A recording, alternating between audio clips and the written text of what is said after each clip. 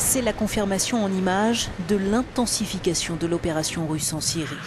Ces croiseurs russes stationnés dans la mer Caspienne ont tiré 26 missiles et tous visaient l'État islamique, assure Moscou, qui dit avoir détruit toutes ses cibles. Pour la première fois depuis le lancement de l'opération russe en Syrie il y a 8 jours, les forces navales sont donc impliquées et la Russie synchronise son action avec les assauts de l'armée de Bachar el-Assad au sol. Dans les provinces de Hama au centre du pays et d'Idleb dans le nord-ouest, les avions russes ont ainsi mené des frappes simultanées avec une offensive au sol de l'armée syrienne et des milices pro-gouvernementales. Dans cet entretien avec le président Poutine diffusé par les médias russes, le ministre de la Défense Sergueï Shoïgu se félicite des résultats obtenus jusqu'ici. Mais à Washington, le secrétaire à la Défense a de nouveau condamné l'intervention russe.